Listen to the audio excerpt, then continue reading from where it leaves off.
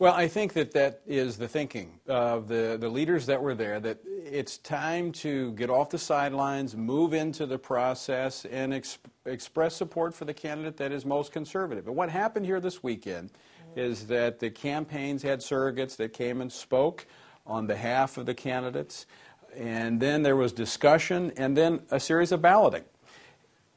There was passionate and enthusiastic support for Rick Santorum, for Rick Perry, and for Newt Gingrich. But in the end, what we had supermajorities expressing support for Rick Santorum.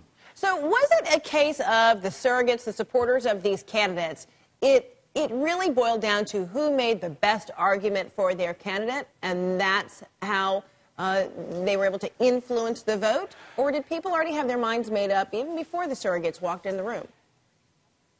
No, it was a process that took place this weekend, because what they wanted to do was to make sure that the candidate that had the best chance of going forward to securing the nomination and winning the general election were the candidate they put their support behind. And the context was this. They realized the seriousness of the situation that we're in as a country. And there was unanimous support that they can and must replace Barack Obama as president.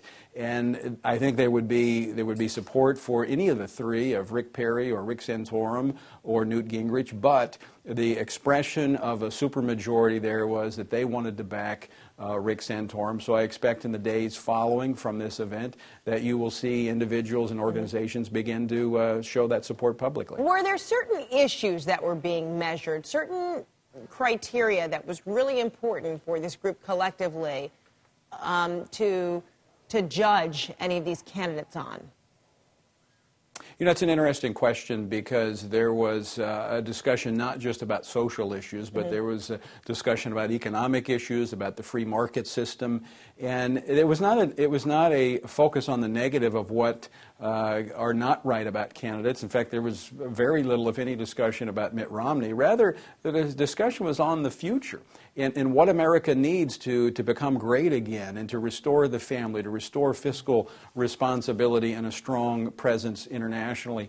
And so the focus gravitated toward the candidate that they thought was best able to carry forward the conservative banner on all fronts. And in the end, a supermajority believed that Rick Santorum was the candidate to do that. And is this selection of Rick Santorum, does that translate into a feeling that he is the one who will become the Republican nominee, or simply he is the one who this group most favors among the six candidates, the six Republican choices? Yeah, that's a good question. I don't think people came from across the country here on a weekend at a ranch outside of Houston just to express a preference. We could have done that online. I think the desire coming here was to reach a consensus or an agreement, at least a majority, that could put their support behind a candidate. There was a threshold of 2/3 of those that would gather would have to support a candidate in order to make any kind of public statement. I didn't think we could get there, quite frankly, because that's not happened in the past. But weighing heavily upon this group was the present state of affairs in America, and the fact that in 2008, the conservative vote was fragmented. When you had several candidates in the race, but they didn't get behind Mike Huckabee, even though he was clearly the social conservative in the race, but they were hoping for Fred Thompson and others. And in the end, not the strongest candidate emerged, John McCain, and he was not successful in the general election. There's a desire not to repeat that, but rather put forward our best foot in moving the country forward.